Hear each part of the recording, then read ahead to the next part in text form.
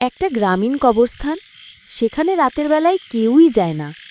সবাই বলে সেখানে নাকি একটা মেয়ের আত্মা ঘুরে বেড়ায়। সেখানে রাত হলেই কুয়াশা আর ঝিঝি পোকার ডাক শোনা যায়। হঠাৎ একদিন ওই কবরস্থানের পাশ দিয়ে একটা ছেলে যাচ্ছিল।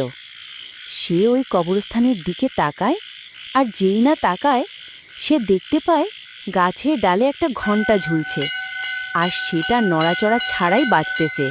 আরে, এই কবরস্থানে এই ঘন্টাটা কে ঝুলিয়ে রেখে গেছে? আর আর এখানে তো তেমন বাতাসও নেই, তাহলে এটা বাজছে কিভাবে? তবে কি আমার আমার এই পথ দিয়ে আসাটাই ভুল হয়েছে? না না, আর এখানে এক মুহূর্তও থাকা যাবে না। ছেলেটি যখনই ওইখান থেকে আসতে চায়, ঠিক তখনই ঘণ্টাটা আরও জোরে জোরে বাজতে থাকে।